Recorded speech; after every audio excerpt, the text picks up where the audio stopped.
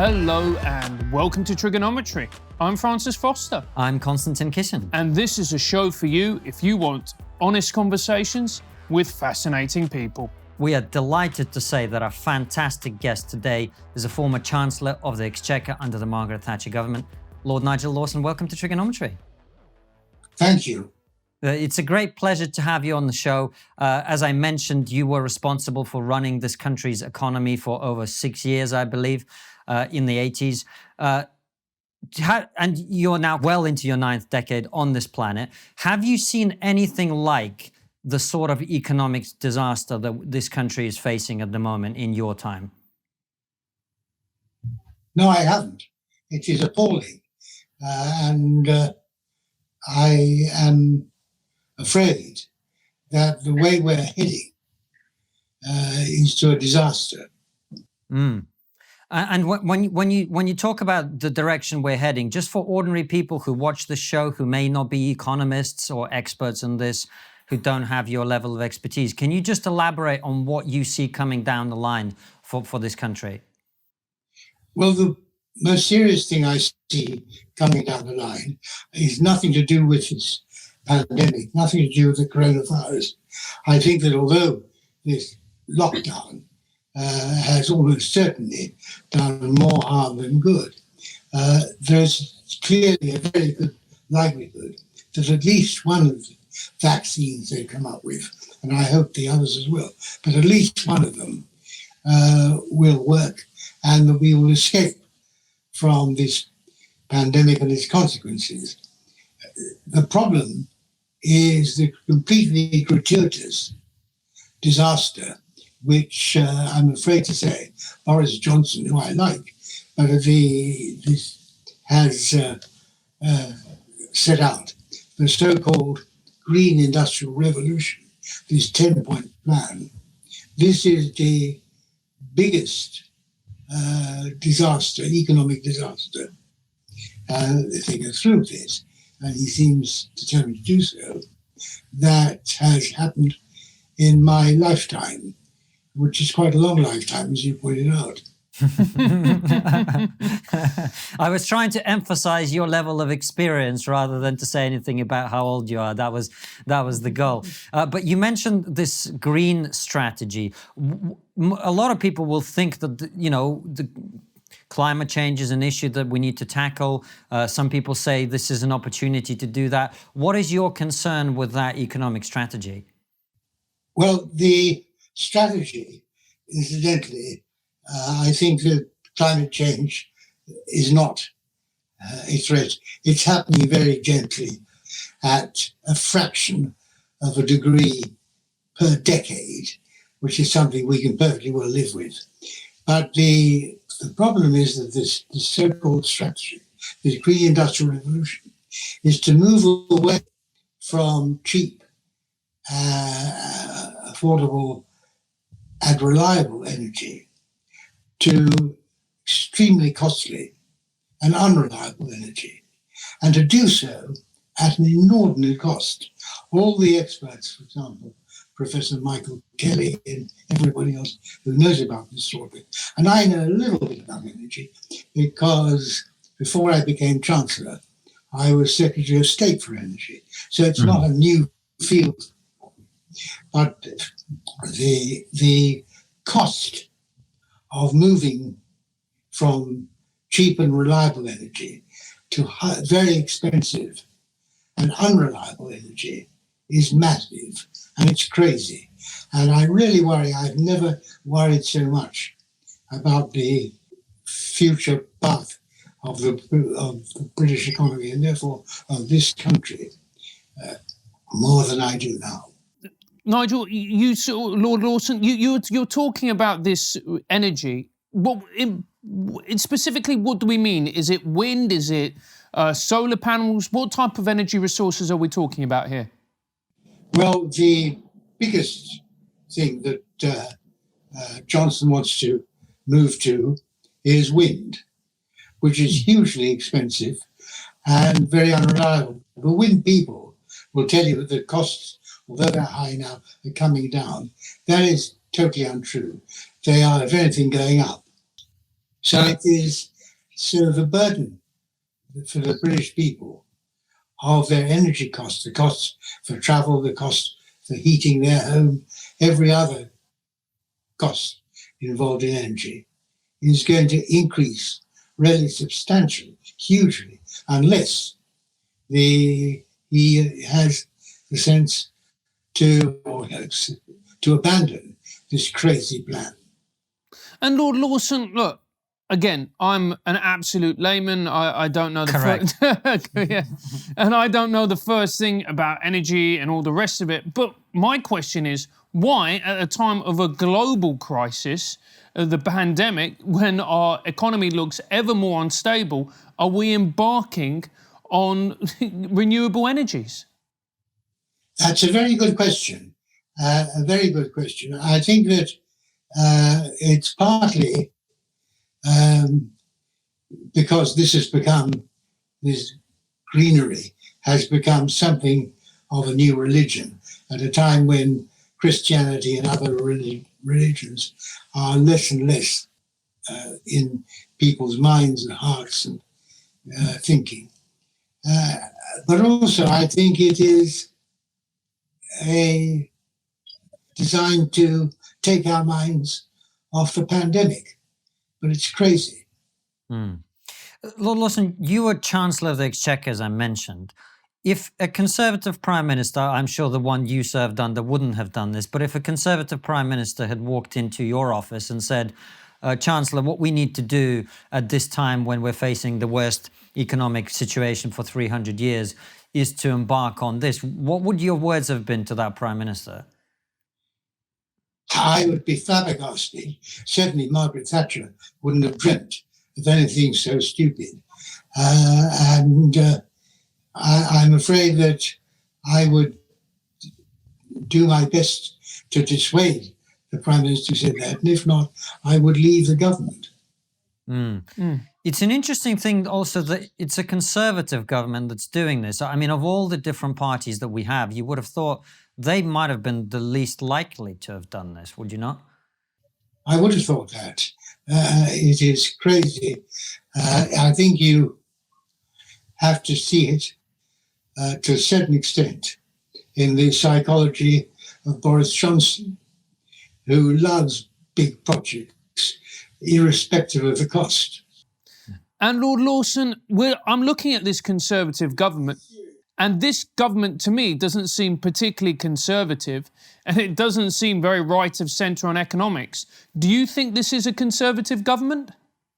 Well, it is a Conservative government, but one has to see things as they are and assess this project, the Green Industrial Revolution, and it is absolutely mad. I mean, of course, ironically, although it's mad, the Labour opposition is supporting it, as you know.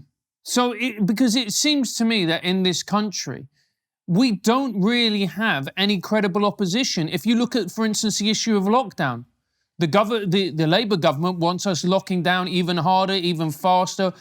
All the rest of it, now you're talking about this green revolution, which is going to cost the taxpayer even more, which is going to make our energy source more unstable. Again, the Labour government are not putting any form of opposition their way. So, quite frankly, it does seem we're in a form of political crisis now. Well, certainly you're right. And that's why I said a few moments ago that I've never been more depressed about the future for this country. I hope that the government might come to its senses and abandon this plan. But it is absolutely a commitment that they've made so far. But it's a suicidal commitment. And setting that to one side, Lord Lawson, I understand it's an important issue, of course it is. But if we just rise above it a little bit and look at the bigger picture of the economy, from your vantage point, what do you see more broadly in terms of the cost of the lockdown, the cost of the pandemic, which has been great as well. Not only the response to it, but the pandemic itself. It's obviously taken lives. It's forced us to reorganize the National Health Service. It's forced us to focus resources in a different way. And what do you see for the country, you know, setting the green agenda aside? Well, I'm sorry to be so gloomy, but there are a number of things about the economy at this present time, before the green industrial revolution has got going. As you know, I hope it never will, but Boris Johnson seems determined to do it. But the project at the moment, the situation at the moment, with this massive deficit, budget deficit, with this huge, massive debt burden of the country, that in itself is quite alarming. It's not necessary to have a deficit. I mean, I was able to bring the country around, turn the country around from a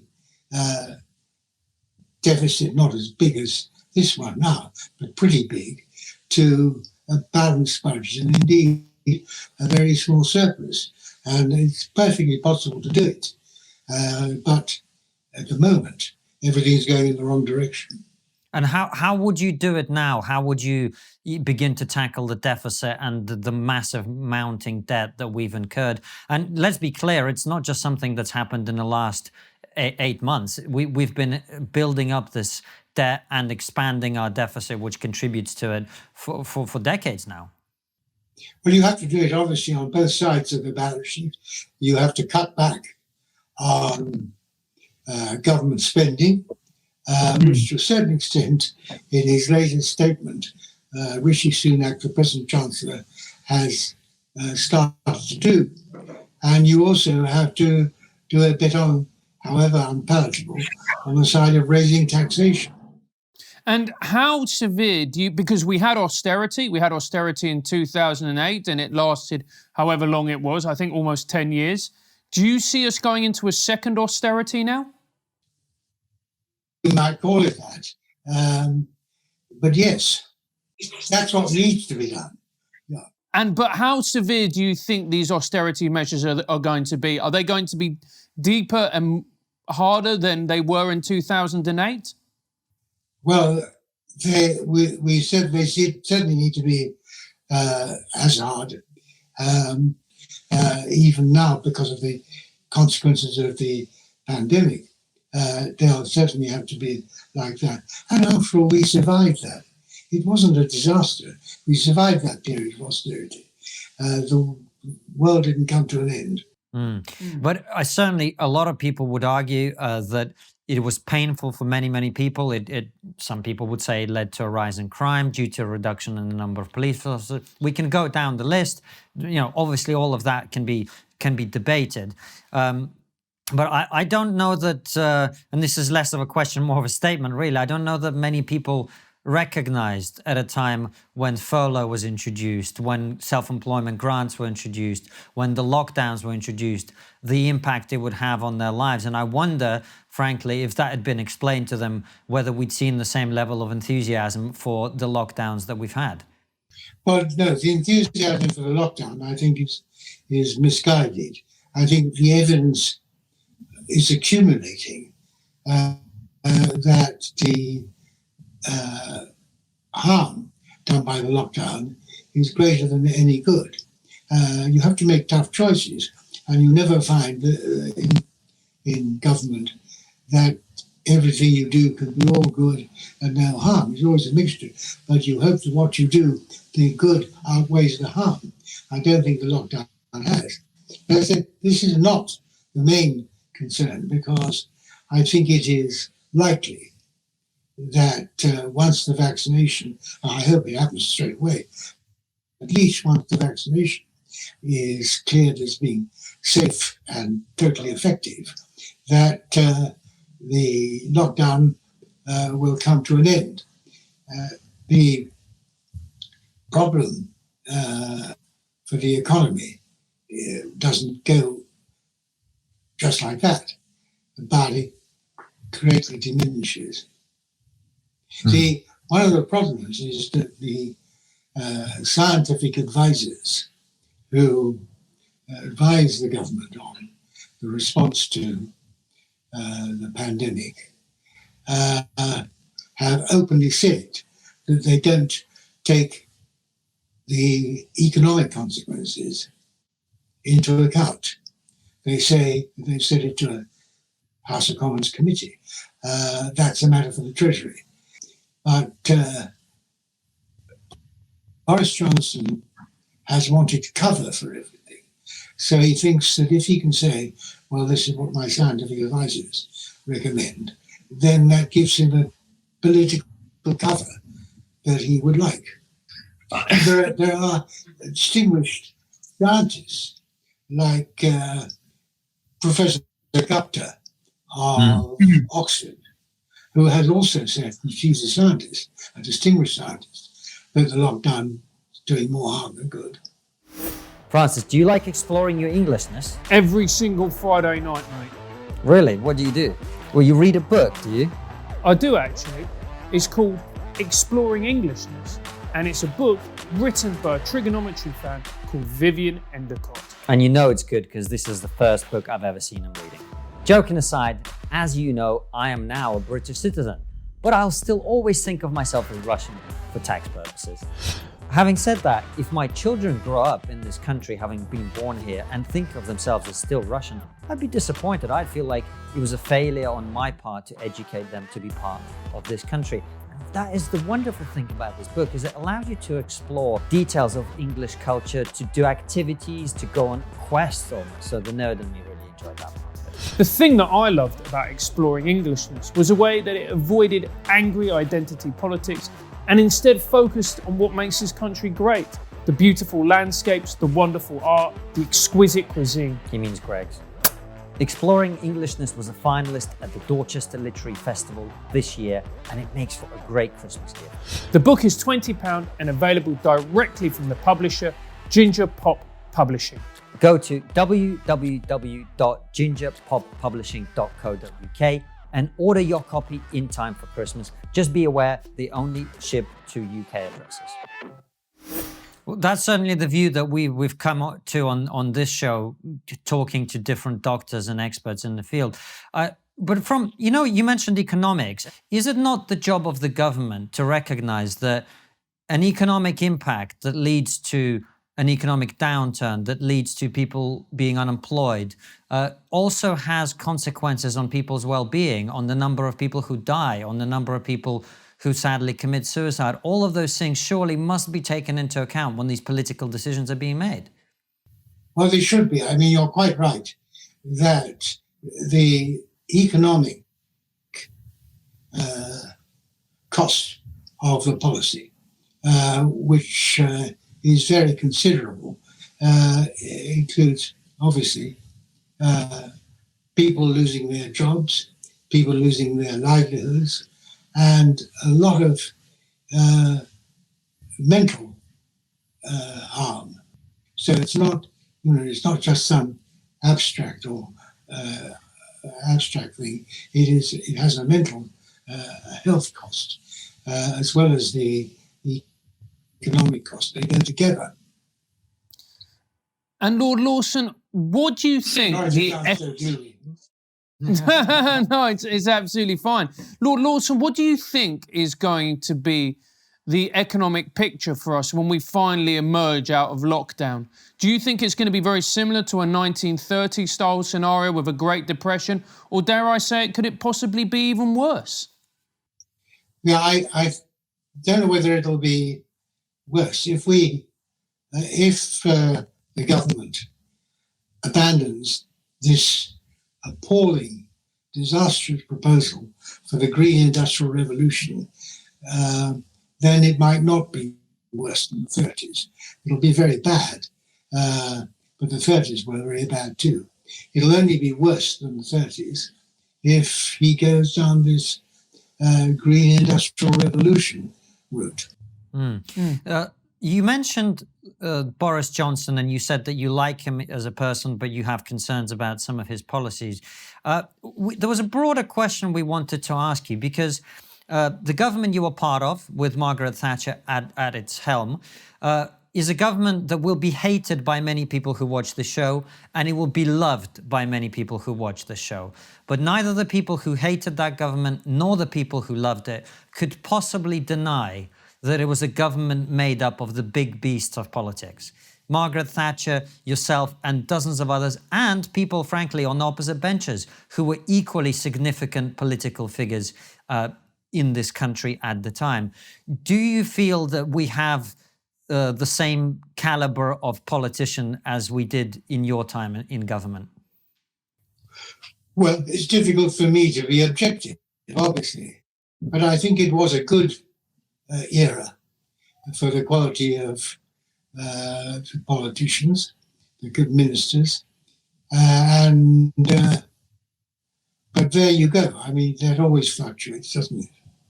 It does, but surely you look at the caliber of politicians being produced by both ends of the spectrum, and they both appear to be weak, lacking in character, vigor, etc., etc. Do you not find? Well, you said that. I wouldn't argue with you, but the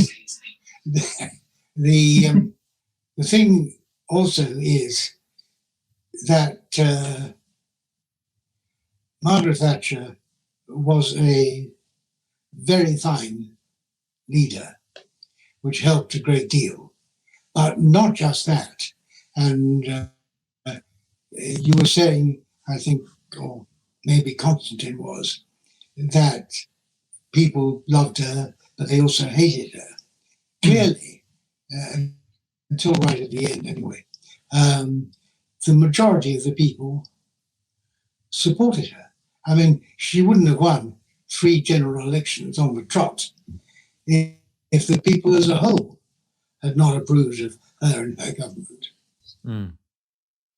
No, of course. My point was slightly different. What I was saying was, even people who hated her, who I absolutely accept your point, were in the minority, none of them would have questioned the caliber of politician that she was. Whereas today, I think there are politicians who I like and agree with, whose caliber leaves a lot to be desired, because they seem to be the best of what's on offer. And that seems to be a concern to many people, that we don't have the big beast of politics anymore, and the conviction politicians are very few and far between. Well, that may be so, but there are some individuals who are able. The present Chancellor, although he's very young, I think is very able indeed. Mm. And what have you thought of Boris Johnson's leadership? I mean, he has come to power at a time of national crisis. One of the biggest challenges this country certainly has faced, certainly since the Second World War. How have you perceived his leadership to be? He's very likeable, and people like people like him. And that's how he managed to win a large majority in the last election. Some people call it charisma, but in fact that's a fancy name for being likeable. But he also is a sucker for big projects. You remember this ridiculous bridge over the Thames he wanted to build when he was Mayor of London. And any big project he is a sucker for. And the problem now is that he's come up with the granddaddy of all big projects, and the fact that it is totally uneconomic. And it's uneconomic not in the sense that the cost to the taxpayer will be enormous, but the cost to everybody's electricity bills, even if it can be done, incidentally, which is not clear, the cost of everybody's electricity bills, their heating bills, their cars and so on, will be completely unaffordable. And That's why no other country in the world is doing it, incidentally. Mm. So it does beg the question. Then why is he doing it? Is it purely ego? Is it because he genuinely believes in this project? Why do you think the reasons are? Well, you have to ask him. But why do I think? I think he gets swept away by the idea of this, as the French call them, grand projet. And he doesn't bother about the cost or the economics or anything like that. So it is very important that his colleagues talk him out of this before he feels that he's got in too deep and can't extricate himself. To take a smaller example of this is HS2, which is not his project, but it is a big project, and it is immensely costly, not as big as the Green Industrial Revolution. And the costs get higher and higher and higher each time they're revised. And there's no economic case for HS2 at all. But the feeling is too often that once you have already invested a lot of money in a project, you can't stop it, otherwise the money is wasted. That is foolish in the extreme. Once you've taken a wrong decision, then you need to stop it. You don't go on just because you took a wrong decision in the recent past, and have spent a lot of money on it. You stop digging. And you've talked, just changing tack slightly, you've talked about Boris Johnson's penchant for grand projects. There was one you might call grand project, which was the centerpiece of his election in 2019, which was, of course, getting Brexit done. What is your view of where we are now with Brexit? Because frankly, Francis insisted that we talk about it with you, whereas I am sort of, I think, more where most of the public are at the moment, where it's become a third-rate issue in many people's minds, although of course it is very important. Where are we with Brexit, and what do you see happening with that? Are we heading towards no deal? I've always thought that no deal would be the outcome. There is no way that the European Union want to see us have anything that is remotely like a good deal. And that's not because they're anti-British. It's because there is a lot of... I lived in the European Union for nearly 20 years, and it is not because they want to do down Britain as such. It is that there is a lot of disaffection with the European Union in many parts of the European Union. And they feel that if we get out and thrive, that will be an example to other countries who might do the same, and the thing might collapse. So they want to make sure that there's no way we can come out of it in a way that certainly I would find acceptable. And there's nothing wrong with no deal. No deal means that we trade on World Trade Organization, WTO terms, which is perfectly acceptable. And that is how we do most of our trade outside the European Union. And we have no trade agreement, for example, with the United States. And we trade on a very large scale with the United States. We will continue to trade on the WTO terms, and that's how most of the world's trade is conducted. But surely, Lord Lawson, this is going to have a hugely detrimental impact on our economy. It's going to cause widespread disruption. We've had Matthew Parris on the show who said that no deal is going to be disastrous. But you disagree with this? Yes, completely. I don't think Matthew Paris, although he's the most entertaining journalist, has any great knowledge of economics. If we have no deal, how we do economically is going to be dependent on how well we conduct our economic policy, which is a matter for us outside the European Union. I mean, self-government is not a terrible thing, you know. We gave self-government to huge numbers of countries within the British Empire, Commonwealth, if you like. And it is astonishing, and this was commended, that we gave them self-government. It's very odd that people don't think we're capable of governing ourselves.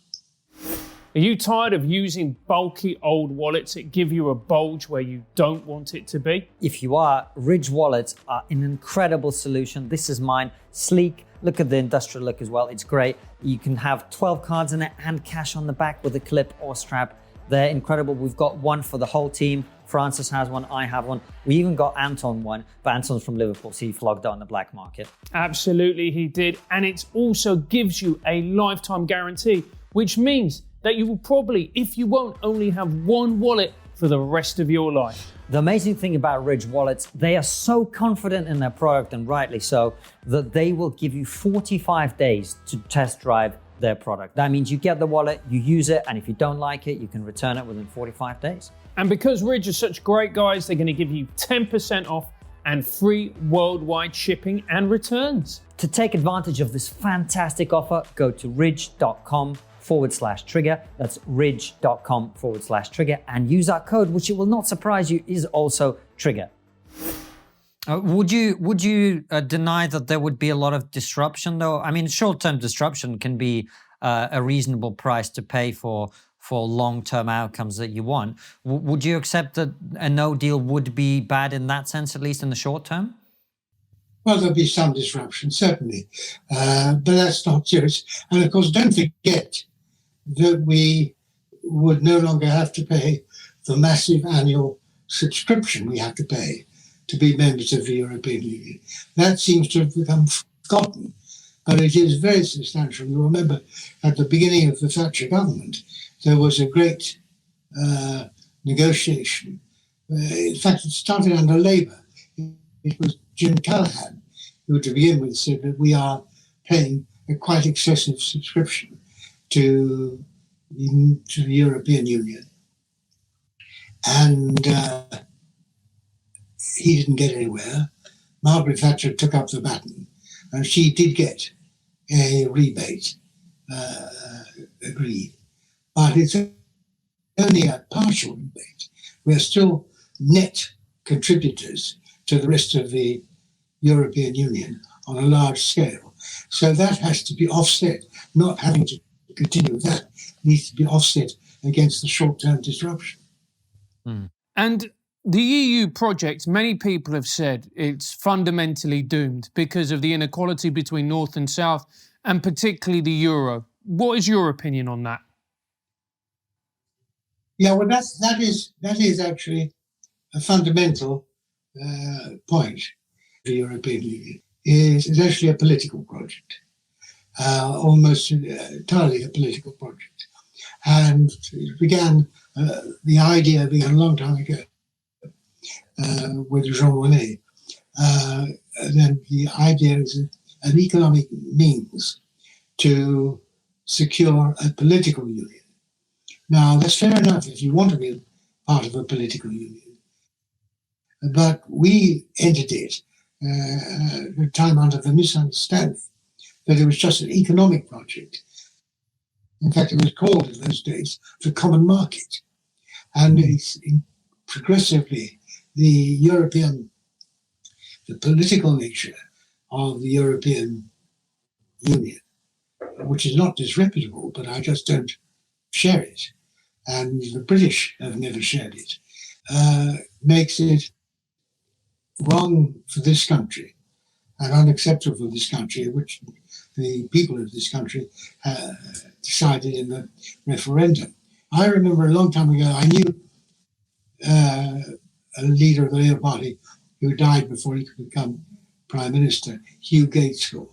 And he was passionately opposed to British membership of the European Communities, I think it was called in those days, on precisely this ground, because it was a political project, not an economic project at all, and a political project which is not what we in this country want to be part of. So as far as you're concerned, we're heading towards no deal, and that's fine, and that's where we were going to get to anyway. Well, I think that we could sign a deal, but it would be a very bad deal. That's the only one that our negotiators at the other side of the table will offer us. And so I think that we will most likely end with no deal, which is better than a bad deal. And it's the only way that we can secure our freedom and independence and have a warm and close relationship with them. No hostility. We have a warm and close relationship with the United States, but that doesn't mean to say we want to be part of the United States. And what do you see, Lord Lawson, as a future of the euro? Do you think it's ultimately a currency that can survive and thrive, or do you think that it's in its death now? Well, it's certainly not thriving. But at the moment, of course, all attention is focused on the pandemic. But the euro is certainly not a thriving currency at all. But I think that it creates problems for a number of countries, Italy in particular, in the European Union. And we decided not to join the euro, which was absolutely right. But of course, it means we have even less influence on any European Union decisions than other countries, because what happens in the European Union, the way decisions are taken, is that they have a meeting first of the Euro group, the group of countries in the European Union who have adopted the euro as their currency. And they reach a conclusion. And once that conclusion is reached, that is a majority in the European Council. And so we have no influence whatsoever. We've never had a great deal of influence within the European Council, but it has greatly diminished, almost to zero, following the coming of the euro and the euro group, which is an inbuilt majority and doesn't need to concern itself with countries that have not adopted the euro, including the United Kingdom. And Lord Lawson, we're obviously leaving, and I mean that it's been a palaver, but we're finally leaving the European Union next year. Do you think that's going to be the start of a domino effect with more and more countries leaving the EU? Depends how we conduct ourselves, how successfully. The greater the success of the United Kingdom outside the European Union, the more tempting it will be for the people of other countries to say, well, we might do that. And if we make a mess of things, of course, then it will be less likely that other countries will wish to follow our example. But I very much hope that we won't make a mess of things. There's no reason why we should. And as I say, we will be free from having to make this massive annual contributions or annual subscription to the European Union coffers. And Lord Lawson, if you look back to that election, or the referendum, I should say, in 2016, and you see all the turmoil that has happened in this country, the arguments, the fact that it's a highly divisive issue, do you still think that having that referendum was the right thing to do for the UK?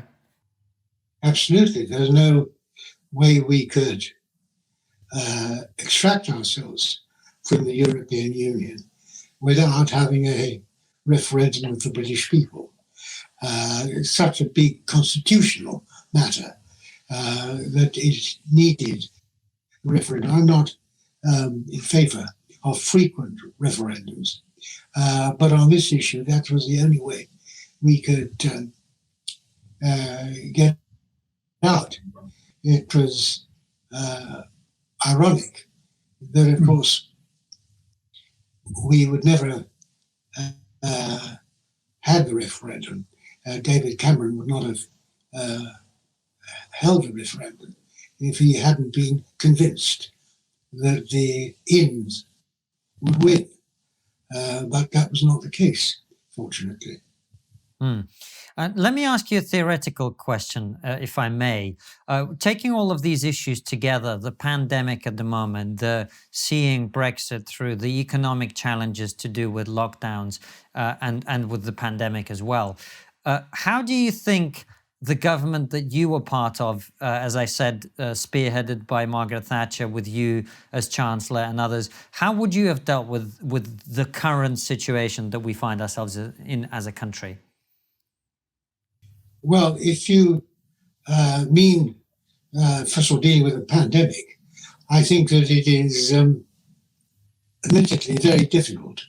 But I think that we have to get the financial situation, the deficit and the debt too, but mainly the deficit, because if you can gradually eliminate the deficit, then the debt burden stops increasing. It's still there, but stops increasing, and that's crucial. I think we'd have to do that, and I think we'd have to do it by a form of rigor or austerity, which is in the short term uncomfortable, but it is sometimes necessary. I don't think that just printing more and more money is a solution. I just think it's building up more problems. And of course, you abandon crazy projects, in particular, of which the green industrial revolution, so-called, is the craziest. And if we ever do embark on it, which the government seems determined to do, or at least the Prime Minister seems determined to do, that is will be the biggest disaster and will end in tears. But as I say, I hate to do this. I've always been Lord Lawson, by nature. Lord Lawson, before we do our last question, there was something that I wanted to ask you. So I grew up in the 80s and the 90s. If you look back at your government, what are the things that you were most proud of when you look back at the Thatcher government, of the changes that you implemented, things that you did, ways that you moved this country forward? Well, I think the most important thing was turning the economy around. Britain, when we came into office, was a basket case. And that's probably why we won the 1979 election. It wasn't because anybody was, I think, swayed by what we were saying.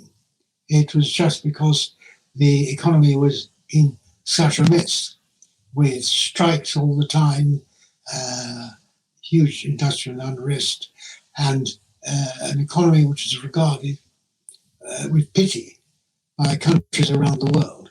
And we turned it completely around. And at the end, we were regarded as an example of how to conduct economic policy successfully. And that increased our influence considerably.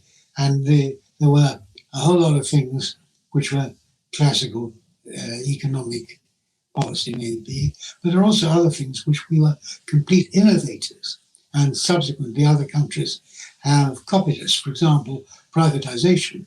Nobody had ever heard of privatization. In fact, there wasn't a word for it when we entered office. We embarked on a massive privatization campaign, which improved the working of the economy considerably and led to other countries around the world copying us, following us. And there were privatization policies came in force in most countries of the Western world. And the main thing was the successful conduct of economic policy of the economy and in the widest sense, and trade union reform, incidentally, was part of that necessary process. And as I say, we became an example to the rest of the world. And Lord Lawson, on the flip side as well, what were the mistakes that you thought you made in government? Because every government makes mistakes and yours was no different. What were the things looking back that you now go, we got that wrong or we handled that badly? Before Lord Lawson answers, can I just say Vladimir Putin's government has never made any mistakes? No, well, it's not that we never make mistakes, but we forget them or learn from them. But I can't tell you this after this lapse of time what the mistakes were. Every government makes mistakes, except of course Mr. Putin's. And if you can bother to read my memoirs, you will find I acknowledge mistakes there in the memoirs, but I genuinely can't remember what they were now.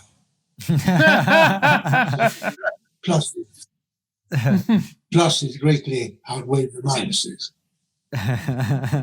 How very convenient. That is the best get out of jail free card I've ever heard in my life, Lord Lawson.